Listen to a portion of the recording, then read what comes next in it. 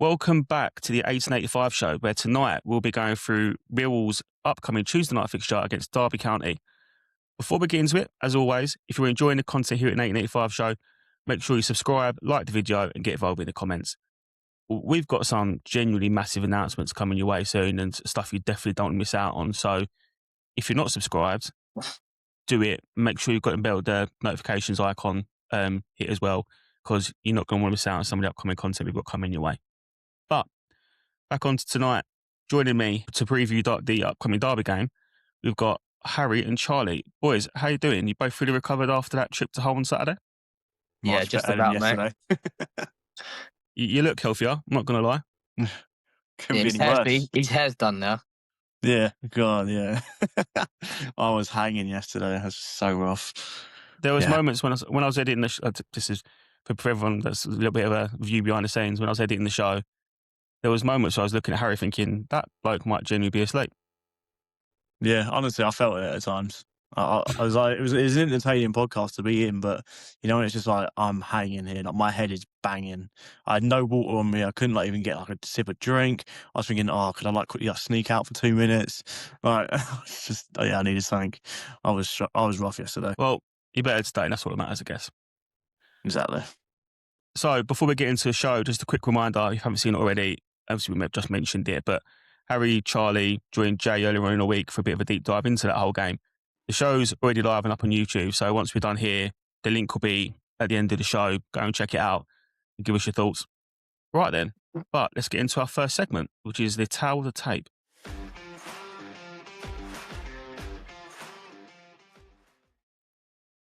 So, Millwall come into Tuesday's night game in fantastic form, 4 wins and 1 defeat in our last 5, which has us sitting 4th in the form table. Derby aren't doing too badly themselves though, and they've got 3 wins and 2 defeats from their last 5, which has them in 8th in the form table over the same period of time. Look at the league table itself, Millwall flying high in 3rd place, Derby sitting 7th, just outside in playoff spots. So another game we're playing someone in and around the promotion hunt. It's worth noting though that 27 of Derby's points have come away from home, so they travel very, very well, which again is quite similar to the Millwall home game, where you look at another side that tends to do better on their travels. Looking at the recent head-to-head, it's definitely been Millwall's fixture. In the last 5 games, we've been 2 wins for the Lions, 3 draws and no defeats. Charlie, going to come straight to you, mate. It's another tricky one, isn't it? But it's another game against an informed side in and around the playoffs. How are you feeling? You confident? Yeah, I'd feel, especially after Hull, we can't play, I don't think, any worse than we did that first half.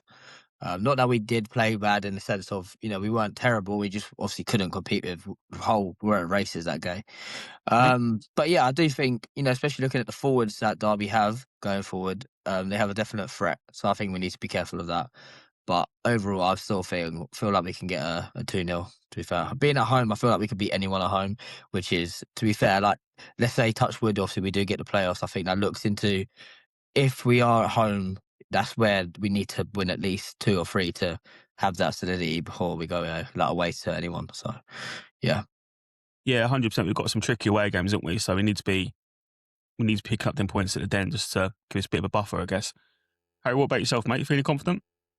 Yeah, not overly confident because it's Millwall and we know that they can upset us. Yeah, Derby's just one of them weird ones. I mean, the away game was like one of the weirdest games in the world because they scored that bullet headed for us, didn't they?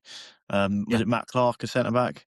Yeah, I thought we should win. We should win, but when we expect ourselves to win, we don't win. So, it was like Hull on Saturday. I'd have taken a point despite travelling up there and we go and get 3. So, yeah, it's 2 massive games that are then coming up before Ipswich. If we can get 6 points going into the Ipswich game, then it would give us that buffer where we could go to Portman Road and get a draw. And I think that's the main thing. I think that's what Alex Neil will be looking at before the international break. They're a good side, Derby. They're there on merit, They've got some very good forward players in Colton Morris, Adji Man. Trying to think of their midfielder's name, but it's gone from my head. No, there's another one. But yeah, they're obviously a very good side, and they're up there for a reason. They've got a very good manager, and I think that's probably the main point. Their manager's actually a very, very. I mean, someone was saying, I saw it on Twitter. Did he keep him up on the final day last year? Didn't he? Or the second to last game or something like that? It was late. It was quite late into the season. Yeah, it was late in the season, but they were like assured to be going down at one point. Everyone was like, Derby are gone. And he sort of turned them around a bit. So he's a very good manager. He's obviously done it at Blackburn and elsewhere. So, yeah, I expect him to be a threat, but I'm not sure. I fancy us to go and get 3 points tomorrow night. I mean, you touched earlier on about not being too confident. This is Millwall. We've got previous of finding a way to lose, and just without spoiling everyone's mood before we get too far into the show, and Brereton Diaz plays for Derby now, who's got a previous of ruin our season. So let's hope we don't do it again. But no, I think like you both said, I think it's a fixture where recent memory for me we seem to do well against Derby. It's never a classic game. It's never a standout, but we tend to always have enough or do enough by hook or by crook. So hopefully Tuesday's more of the same.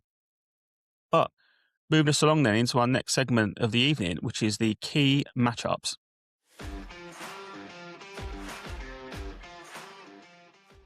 If you're new to the show, this is where we pick up the key battles in the game that we think Millwall needs to come away to 3 points. The first one I want to call out is Jake Cooper versus Patrick Agamang, who Harry's already mentioned. This is the second time we've mentioned Cooper in recent weeks. I think it's fairly so. But talk about Agamang for a little bit. He joined Derby in the summer from USA. Started quite slowly. Didn't really seem to hit the ground running after quite a big money move. But now he's looking like the real deal. 10 goals and 3 assists so far this season. He's a proper goal scorer at this level. He's started to look like a real number 9 for him. But Charlie, we're going to come to you first, mate. He is coming up against arguably the league's best centre-back pairing and arguably the best centre-back in the division in Jake Cooper. We asked Cooper to do it with Burnley last week, and now we're asking him to do it again. What are your thoughts? I mean, we've seen Cooper handle the best of the best many a time, and I feel like with Cooper, his one struggle is his legs in terms of if he plays up against someone that does like to run in behind rather than he wants someone that's going to be backing up into him because that's his game. But he's at least one of the top 3 centre backs in the league.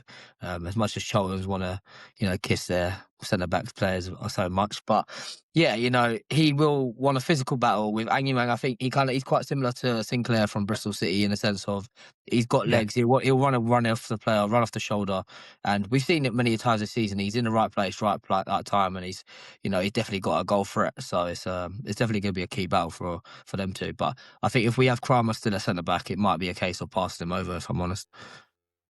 Yeah, Joel, it's an interesting one. And when I was looking at this, the centre forward that naturally sort of took my eye was Carlton Morris. He's never scored against me. I've always played against us 6 times, never scored.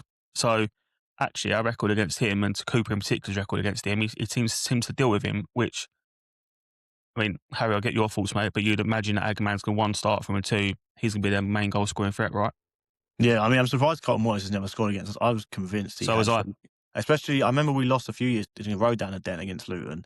I could have swore he scored against us, but yeah, we've seen him play. Well, I've seen Derby play a few times on Sky this year, and he's just a handful. But he's also not only is he a handful, he's quick, Agyman. Yeah, I think he moved for 5 million, didn't he? From Philadelphia or something like that. Well, Philadelphia or Charlotte, one of two. One of them, yeah, one of them irrelevant teams. But most MLS players don't. When they come over, they sort of struggle because of the physical side of it. But he's adapted very well, and he's someone. To be honest, before Coburn come back from injury, we could have been crying out for. I think now, obviously, we're seeing a bit more physical side from Coburn, but we're lacking that threat up front before he got injured. And he's someone I would have bit your hand off for based on what we've seen from him. Yeah, it's going to be tough for Cooper. Of course it is, because playing up against a good striker, but I expect Cooper to get the better of him. And yeah, depending on what the situation with Taylor is and whoever's fit, because I think half our defence is out injured now. Yeah, it'd be interesting to see what way we set up, but it's Cooper, isn't he? Man Mark Haaland if you asked him to. He'll certainly give it a go, wouldn't he? And I said I can't think of a defender that I'd be looking at thinking I'd rather him step in and do the job. We know that Agamang's having for pace, but he won't be the first centre forward that's got Cooper for pace, and no one else seems to get much joy. So hopefully he could do it again. But moving on to our next key matchup, and it is Joe Wald versus Camille Negley. Negley was man of the match on Saturday for both Millwall and for the 85 show, much to Charlie's disgust. And to be honest, he put in a remarkable performance, right? I think we can all agree, playing in 3 different positions and doing a job, you can't really complain about that. He is quickly becoming one of the first names in the team sheet. Again, Charlie wouldn't agree, but I think most of us can agree that He's definitely earned his place in the side in the last couple of weeks. But Derby right back, Joel Ward, is a very, very good player at his level. He's defensively solid, and where he thrives is more going forward. He's already got 7 assists this season. Harry, this feels like one we can win. I think is my gut feeling that I would actually quite like this matchup, Negley versus Ward, because I think Negley's going to work him for the full 90 minutes to keep him honest, right?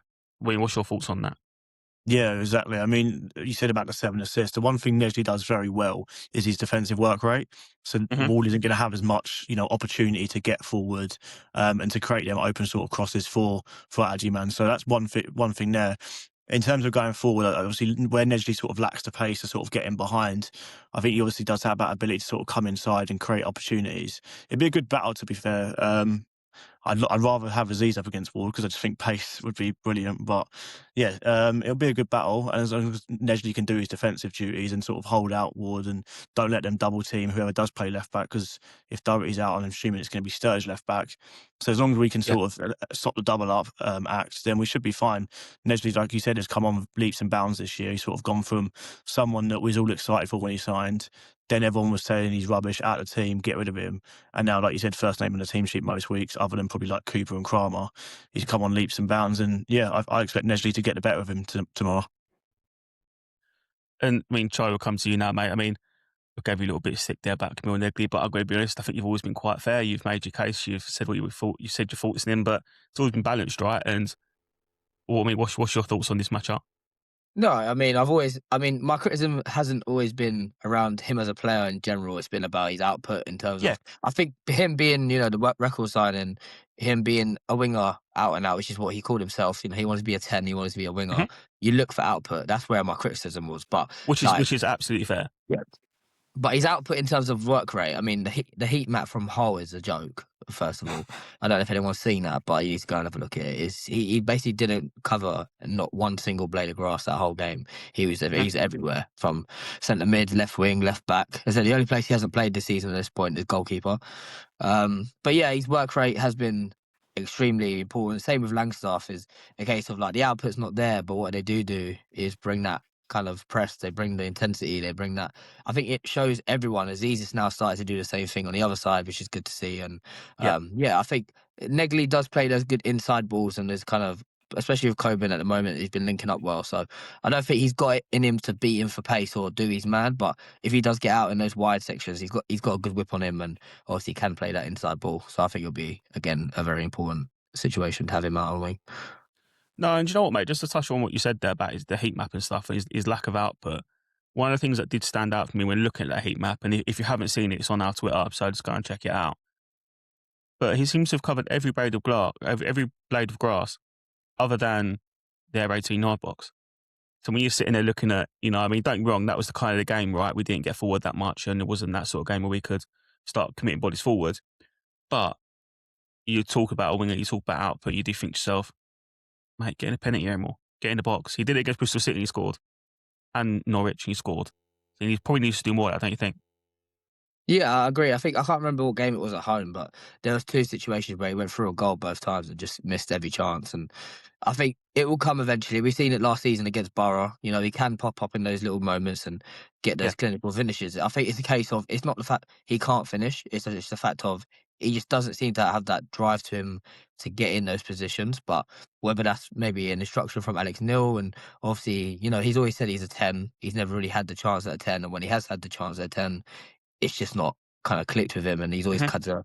I think with injuries and stuff like that, he's always obviously had to been dropped deeper or played out on that wing. But surprisingly, the right wing, it never worked because he was always on the inside. But when he's out on the left, he does the exact same thing, comes on the inside. But I think we're so right-sided, it just didn't work with him out on the right, because that's it. That is our output. That is we need the overlaps, we need the play ball. But on the left, he seems to be doing it fine. So no, I completely agree, mate. But moving on to our third and final key matchup, and again, it's another player we called out last weekend for the Hull City game, but we're going to go with Josh Coburn once again, and this time versus Matt Clark, who, as Harry correctly pointed out earlier, did score in the reverse fixture. Coburn is on just a really ridiculous run of form where it just looks better every game, doesn't he? And our only recent defeat actually come in a game when he wasn't available, and against Portsmouth when he was ill. And I think that says a lot, 'cause we missed him massively that game. We look so much better now he's fit. He's finally turning into that big, horrible, aggressive centre forward that we all hoped he would be. And even though he's missed a few sitters, he's now got 4 goals since returning from injury, one obviously in the cup. And he's now starting to look like that £5 million pound player we bought. But Matt Clark is a very experienced defender at his level, tall, strong, fantastic in the air, dangerous in both boxes, as we know firsthand. Charlie, we're going to need Coburn to keep that form on going, aren't we, on Tuesday night against Derby? Yeah, I definitely think so. I think no matter who's next to him, whether it's Langstaff or Ivanovic, I think he's definitely going to be the one we kind of hit the ball to if we're going to continue to play the way we have. And Yeah. as you said, before the injury, the ball would bounce off him. The ball he didn't look like he wanted to go for anything, or that he just didn't have the strength to him. But since his injury, he's come back and he's obviously bulked up a little bit. And I mean, there's one touch he pulled out the sky, recent home game, and he can lay it off. And even against Hull, he was just running in the channels, and we actually got a free kick from that. So I think he does really well in what he's been doing, and I think that press is more important than the goals at this point with the team, because I mean, clearly our defence is, where the goals come from, and obviously if it's not them, it's Aziz, and we haven't really got that prolific striker. And so for him the same kind of with Negley, if it's not going to come through a goal, the rest of his performance is going to be 8 out of 10, 9 out of 10. So, and that's all you can ask, really. So. Yeah, no, mate, I completely agree. I think his overall game is come on leaps and bounds, and I think the one that really stood out for me when I felt like he'd almost flipped the switch. And Harry, I'll get your thoughts on this, mate. Was I think after the Charlton game, he was so good in that game, so aggressive, and he ain't stopped. He's not looked back. What's your thoughts on one, Josh Coburn more generally, and two, what he's going to need to do tomorrow to make sure we come away with another 3 points? Yeah, I mean, we've already spoke about this before, but since he's been back from injuries, he's kept the Serb out of the side. The Serb's not even going to get a sniff. I mean, I know the Serb scored on Saturday, but to be honest, Manan could have scored that one. He's just done everything, hasn't he? What he does, Coburn, really well is he forces the two centre-backs. They don't like it. They don't like the rough and tumble. He's getting in positions where defenders are either going to, even if they win the ball, the defenders, they're not getting a clean connection on it. So the ball's just dropping back to us. And I think that's one thing that he does obviously a lot better than the Serb. What he's doing, especially Hull away, he was just running into little pockets of channels and he was just winning free kicks, or he was sort of putting it out, making them force it out for a throw-in or clear it back to our defence. We would then be able to retain the ball a bit better. He's come on, I don't know what's happened over the injury, but he just seemed to have put on about 10 stone, but just in like lean muscle. 100%. Before the injury, he was just getting thrown about, weren't he? Left, right and centre by defenders. And now he's sort of almost got both of them at arm's length and just putting them together and then just running off. So he's come on leaps and bounds since the injury. And in terms of Coburn and how important he's going to be tomorrow, obviously, he scored both ends, didn't he, against us? Because he scored the own goal, didn't he, in the reverse fixture, and then popped up and equalised. Yeah. It'd be a tough battle again, but once again, I feel he's come on so far since that injury, which was only 2 months ago now. He came back when Burnley away was his first game.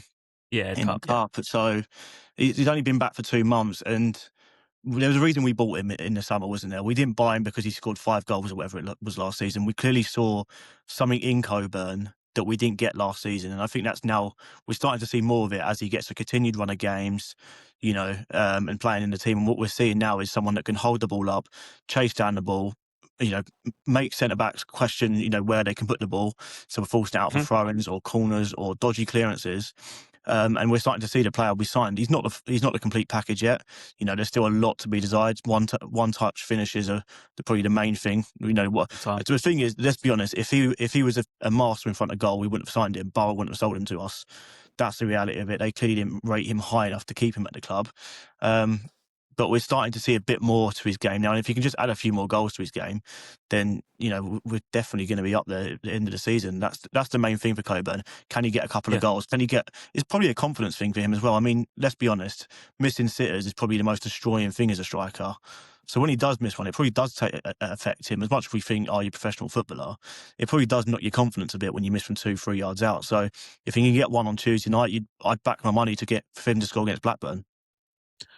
The thing that's funny about him before we move on is I just think, to your point, if it's like 2 yards out or a header, which you'd assume looking at him, it would be his bread and butter, he misses.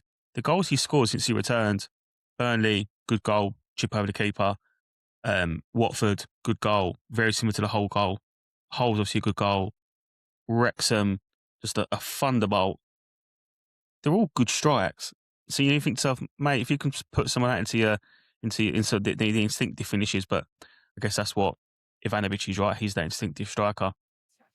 But moving on nicely then, that has been our 3 key matchups that we think Millwall need to win to have any chance to come away with 3 points against Derby on Tuesday night. Moving on to our next segment, which is the opposition in focus.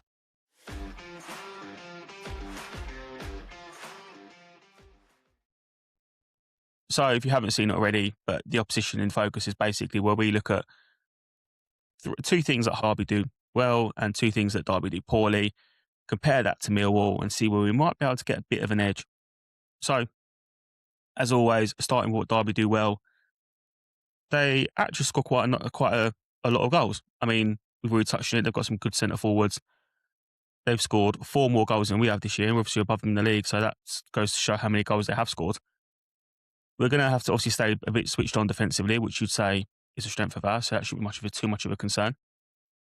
The other thing that sort of really stood out when you're looking at their stats was their very strong defending balls into the box, which I think is a concern for us.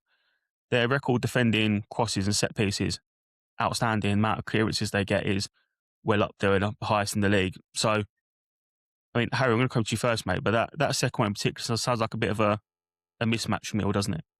Yeah, we just have to get Aziz to shoot from like 20 yards, aren't we? Then that's the aim. It's plan B. Yeah, that's plan B. I mean, yeah, Derby obviously, like I said, under John Eustace, they're a very organised side. They're not going to be pulled apart left, right, and centre like other teams would maybe be. If we're talking about just to start with the defending crosses, if anything to me that says, well, let's get some 1-2s down the bylines. Let's try and cut inside a bit earlier rather than just forcing balls into the box. I don't think we do it that much anyway, forcing balls into the box. I don't think Nedgley can put a good cross in, but what he won't do is just spam crosses in. And Aziz is the same. Aziz will try and sort of beat a man or two first. So we ain't one of them teams that just sort of loft it into the box and sort of hope for the best. We have actually got a plan to our sort of game. And then in terms of going forward, I mean, they've got 2 strikers both on double digits, and we haven't got 1 on double digits yet. So it just goes to show you that, they've got clearly a bit of firepower, but they obviously will have weaknesses, which I'm sure we'll get into.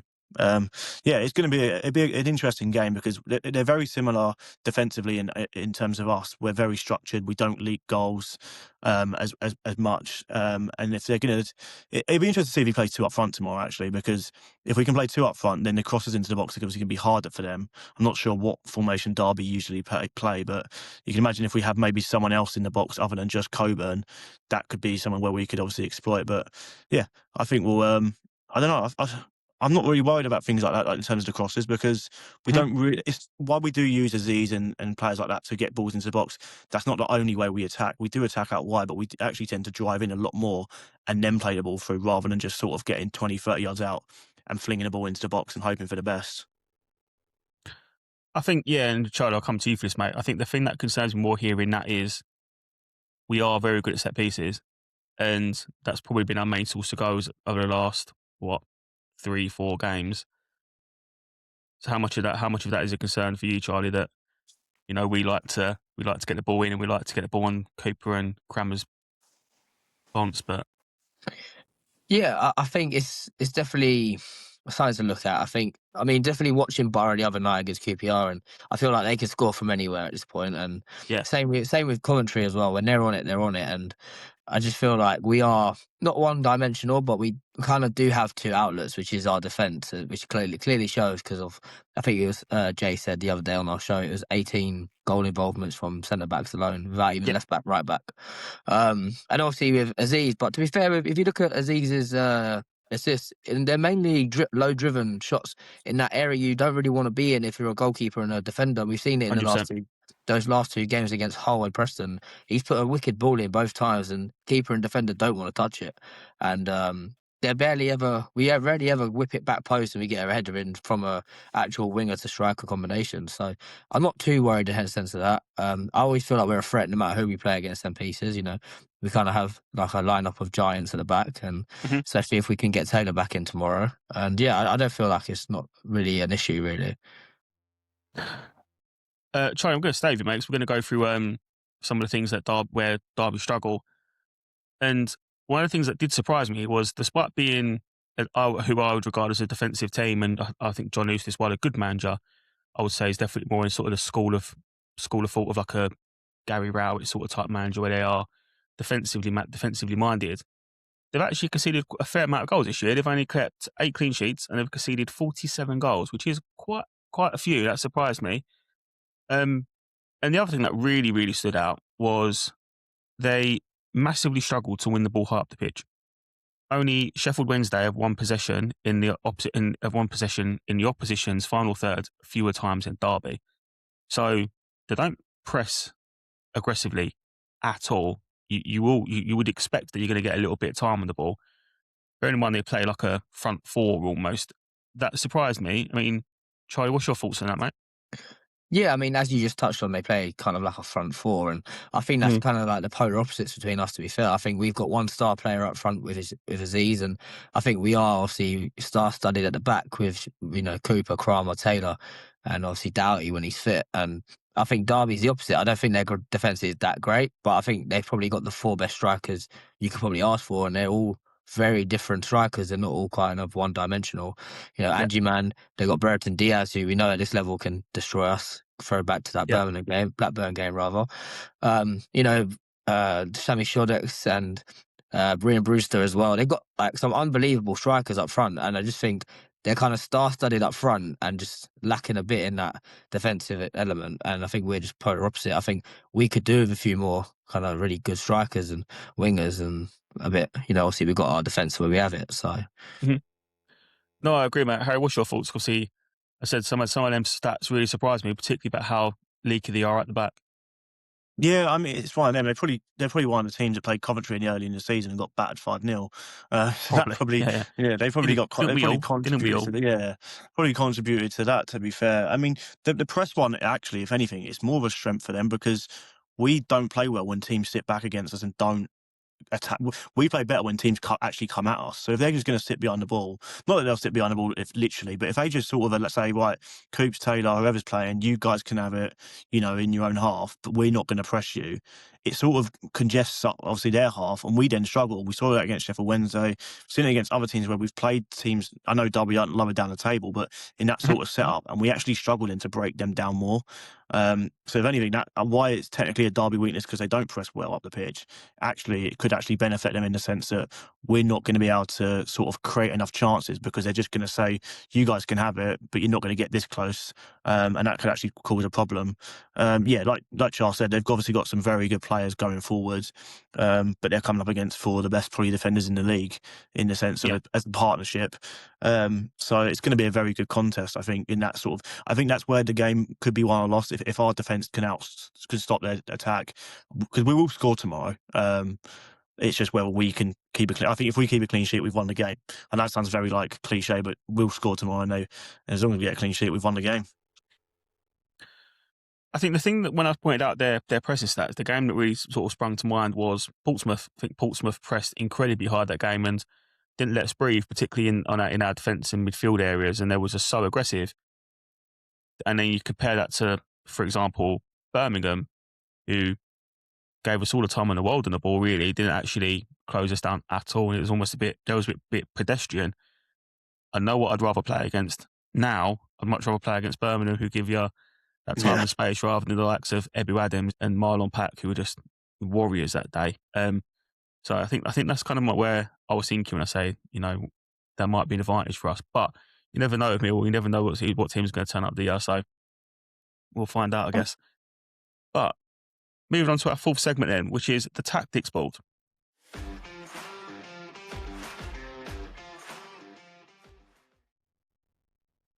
Right, boys. So we've looked at the key matchups. We've looked at the stats. We've looked at what Derby do well. We looked at what they don't do particularly well. So what do you want to see Millwall do differently to get another big 3 points this week in our midweek fixture? I think you both touched on it earlier, but we're going to play better than we did at the weekend, right? Don't give me your start 11s just yet, but I mean, tactical changes to approach, or keep things the same as they have been in recent weeks. What would you like to see? Harry, we'll start with you, mate. Well, yeah, we've got to make changes, haven't we? Because I think we've gone from about 1 injured player to about 4 or 5 over the course of about 2 days. So tactically, we're going to have to change things up in terms of personnel. I think the thing is, everyone will go, and we all said it on the show yesterday with me and Charlie and Jay. We all said we played poor in that first half against Hull, but I think we also have to look at it and go, well, Hull were in the playoffs. We were away from home. We had a game on Tuesday. We've got a game coming, obviously, tomorrow. We've got a game on Saturday. We couldn't just go full throttle for the next 3 games because we'd end up with about 20 injuries. So at times, you know what? Maybe looking back on a whole game, and when I watch Millwall, I get very, not emotional, but, you're sort of going, oh, why aren't we doing this? Why aren't we doing that? Maybe Alex Neil's gone, well, we've got 3 tough games coming up. Let's maybe first half try and work out what Hull are about and then go for it. In the second half, and maybe that was, I don't know if that was the game plan. If it was, then it's a masterclass from Alex Neil. But yeah. And so, obviously we're going to have to, I think being at home, we will go for it a bit more. We will start on the front foot. But it's just, it's going to be, I would say it's going to be the similar approach to the sense that we need to work out what Derby are going to do. How are they going to play against us? Are they going to try and sort of, keep a lot of the ball? Are we going to sort of have to wait for our chance to press and stuff?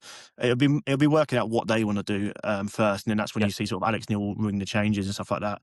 And like we said, we're going to have to change personnel because about 3 or 4 players are out injured. So, yeah, we're going to have to make changes. But in terms of the performance and stuff, I think we're going to have enough quality where the performance can be good enough to win the game tomorrow, and I think that's the main thing. As much as obviously losing Alf's going to be quite key, Casper's key. We have got players in their positions which can come in and do just as good, if sometimes not better, a job than them two. No, I agree, mate. And Charlie, I just want to get your thoughts on that. Because obviously we have got a couple of injuries now, but this is what we've got the squad for. This is what we've got, the likes of Cundall, Barry Bannon, Derek, Sturge. That's what they're there for, just to come in and do the job when we need them. And actually, players coming off the bench have won us a lot of points in recent weeks. So, Charlie, what's your thoughts on that, mate? About 1, the squad depth being key, and 2, what do you want to see on Tuesday night? Yeah, I think that middle part of the season where we had so many injuries is probably why this is the hardest question at the moment. I think we never had that chance to rotate and get the the squad fillers in to get to see how they would deal with back-to-back games and such. And 100%. we always it's hard to say when we're doing our lineups and stuff. Obviously I go main. Casper Denor's out. Who do I kind of go like for like really? And you want to say Bannon, but then you think, well, Cundall will probably bring more of this, but Derek will bring more of that, and it's hard because all you're going is by kind of what you've seen glimmers of, and it's hard to kind of say, do you want to throw Derek in? Is it a game for Derek? Is it a time for Cundall to obviously have a good game last game and bring him in straight again? But then, like you said, if Derby aren't going to be pressing, is it a game for Bannon to play that deep line and play those switches outside, break the players down? And it's a hard one to go against. I feel like we might even go with Ivanovic and give Langstaff a rest on that pressing role and go for 2 big strikers up top again like he did last season, and it worked well. And obviously worked really well against Hull, and he changed the game, Ivanovic. But yeah, it's hard to say. None of us are geniuses like Alex Neil, and no one kind of can predict and see the players week in, week out the same way. For most of the season, start of the season anyway, I was calling for Ben Gora Williams to come into the team, and then to be fair, every time you see him so far, he's either been really good or he's really been off it. So it's because you don't get to see him often, it's hard to make that assessment. 100%.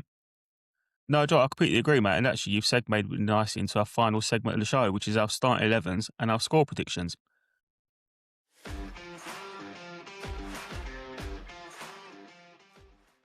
So, I think I'm going to go first here because you've set me up nicely. My starting 11 for tomorrow night would be Patterson in goal. Don't think you can change it. I am hoping that Taylor's fit, and I've moved Crammer back to right back, Taylor and Cooper at centre back. If Taylor obviously isn't fit, then Danny keeps his place in the squad and Crammer goes back inside. Left back, Zach Sturge. Midfield, Billy Mitchell. It has to be Reed, doesn't it, with no Denor. And exactly as you just said, Charlie, I'll put Barry Bannon in there. I think this is a game where we might have a little bit of time and space in midfield to put our foot on the ball and to touch on what Harry said earlier about we tend not to be particularly good when we have possessions and have to break teams down. I think that's exactly what we've got Barry Bannon in for. So I'd play him in as a bit of a holding midfielder in the 2 with Billy. I mean, I was tempted to reward Cundall. I think he's made 2 good appearances off the bench in the last couple of weeks, but I think that impact as a sub has been massive, and I think I'd rather keep him on the bench if we need him.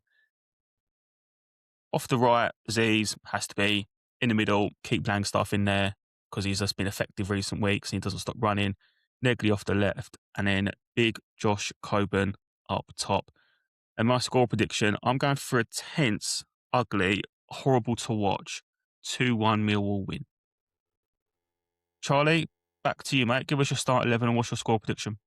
Yeah, I don't think it's too far similar. Again, it's all based on who's fit and who's not, and again, it depends on Alex Neil's kind of judgment of it. But I'd go back if even if Taylor's not fit, I don't think we play him too fit. I think we're going to go back with Danny Mack at right back, Sure. leave Kramer and Cooper as it is.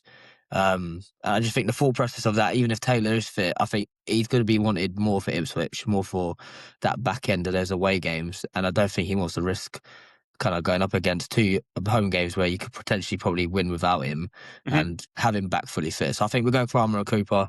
I think Sturge has no option but to stay at left back at this point. We have no one else. Barista Joe Bryan still somewhere drinking coffee. Yeah, I agree. I put Bannon and Billy in the middle. I'd have Billy obviously a little bit deeper and have Bannon kind of just playing that roaming playmaker and kind of role in between and breaking up the little nitty bitty bits in the middle. Yeah. Again, can't really change the wings at this point. You've got Negley and Aziz out wide. But the only difference is I think Langstaff he did look a bit tired at Hull, especially having that winger role, and towards the end he was just running his socks off up and down. So I'd go Serb and, Coburn up front. Just have the two big boys up there. Hopefully they can both kind of link up well like they did at Hull and at least try and drag those defenders around a little bit and would leave those spaces for Aziz and Negley to come inside. And Well, I like that, mate. It's bold. Yeah, bold going to up top. And to be fair, in the score prediction, I think it's just going to be 1-0. 1-0 to Millwall. Yeah, 1-0 Millwall. Perfect. Goal scorer? Ivanovic. Nice. Harry, over to you, mate. I've forgotten what the front line was, so this is going to be good. Right, so I know it was He's still drunk, isn't he? Joel Coleman in goal. No, I'm joking. Patterson in goal. I think the Taylor one, it depends on how fit he is. I don't want him if he can only play 45 or 60. If we can get 90 out of Taylor and he's going to be fine, then yes. Otherwise, it's the same back four at Hull City. It's Sturgis can obviously be left back because, like you said, we've got no other left backs. And then it'd be Kramer and Cooper and then Danny Mack. Otherwise, it's Kramer right back, Taylor centre back. I think I went Condell and Mitchell. He did. Just because I felt Condell's done really well, like you said, coming off the bench, and I think he has a bit of tenacity about him. He's a bit like Mitchell, but sometimes I feel like he just controls it a bit better. And I think that he's just someone we might need against Derby personally. Nothing against Barry Bannon, but I just think, I think Condell's deserved to start based on the last few performances, and that's the only reason I've gone for him. Nedgley and Aziz pick themselves. There's no one after Watson's howler for 45 minutes against Hull. There's no one that's even going to compete with them two. And then, this is where I don't know what I did. The Coburn was definitely in the team. I think I went Coburn and Ivanovic. I think I went 4-4-2. You didn't. What did I go for? I went Coburn was up front. Coburn was up front. You went with Bannon in the 10. I went with Bannon in the 10. Oh, there you go. I thought I went 4-4-2. You know what it was? I wrote 4-4-2, and I was about to send it. I was like, no, he won't do 4-4-2. He'll go 4-5-1, and then I put Bannon in. I was tempted to put Mazo Saka in as well. You bottled it last minute, basically. I know, and I was going to put Mazo Saka in instead of Condell, but I was like, you know what, Condell scored against Preston, and I thought whenever he's come on Condell, he's done a shift for us, and 100%. Obviously it's a bit harder to do it over 90, and it's very easy to come on sometimes with 30 minutes to go and just run around and look busy. You can't do that for 90 minutes because you'll just get caught out left, right, and centre. So obviously a different side of it we're going to see, but I just think Condell, you can only do so much when you come off the bench, and I think what he's done since he's been coming on has been really good, and I think deserves a start now that Denor's out. Score prediction. Oh God, this one. I'm going to go 3-1 Millwall. I'm going to go Aziz, Coburn, and Zach Sturge just randomly and go through. I think we'll go 2-0 up. We'll concede, and then we'll just wrap it up at the end. But I think we should. I think we'll win. I don't see why we wouldn't. The problem is we'll probably draw tomorrow now, and then lose to Blackburn, and then we'll be crying on the Season's over. Yeah, and then we'll go beat Ipswich at Portland Road, and it's back on again. But we should win if we're serious about where we want to be this year. We should win tomorrow.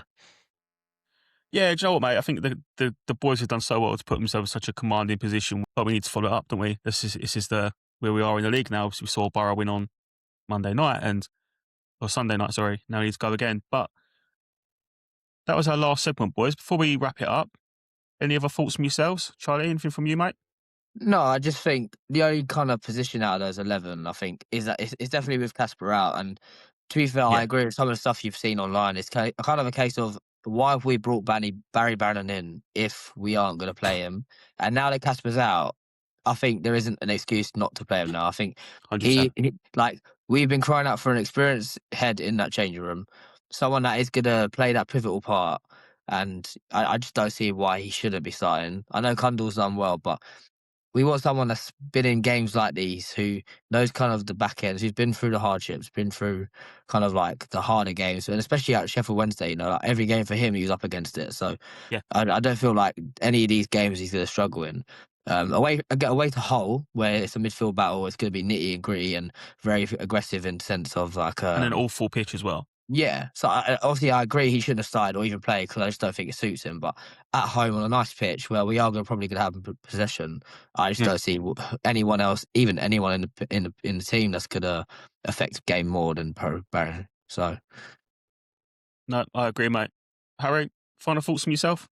Yeah, just go get 6 points. So these big 2 games at the Den. We've got 3 more before the international break. I think the thing is with the Ipswich game, you can go into that. You don't want to play for a point, obviously, but if you win these 2, you'd be happy with a point at Portman Road. And I think that's going to be a difference. If we don't get 6 points in these next 2 games, you have to go to Ipswich and probably go get a win. That'll be. I think that's the big thing tomorrow night and Saturday. Sort of merging the 2 home games together. You have to go win these both because it won't make Ipswich any easier because they're still going to be the same team we're playing. But if you come away from Ipswich and go, oh, we drew 1-1, but we beat Blackburn and we beat Derby, you're probably still going to be third, if not very close to second. Mm-hmm. So that's going to be we can't afford to lose to Ipswich, but if we have to go there and beat them to sort of climb and get above teams again, that will be pressure's on. The pressure's on. So that's my own thing. We've got to go get 6 points, and I'm confident we can do it, which is when we screw up. Well, yeah, I mean, looking at these next 2 games, especially, we could finish after Saturday if results go our way and be 12 to 14 points clear of 7th. And you look at those away games. That's incredible. Thinking, even if we come away with nothing from Ipswich and Borough, we could still be 4 or 5 points clear, which is, where you want to be. But obviously, you want to pick up points away. But worst case scenario, you win these next 2, you get a good stronghold for that playoffs. Do you know what I mean? No, exactly that, mate. Exactly that. Boys are going well. We've just got to keep. Hopefully, they keep riding the wave. The form in the last couple of weeks has been incredible. So hopefully, they can keep it going. But it will not be an easy game on Tuesday night. So that's us. That's the show finished. Thank you once again for tuning in for our Derby County pre-match warm-up. If you haven't already, get yourself in the comments. Give us your start 11. Give us your score predictions and any other thoughts you've got ahead of the game. Make sure you like the video, subscribe. Check out our whole post-match cool down as well if you haven't seen it already. This has been the 1885 show. See you next time.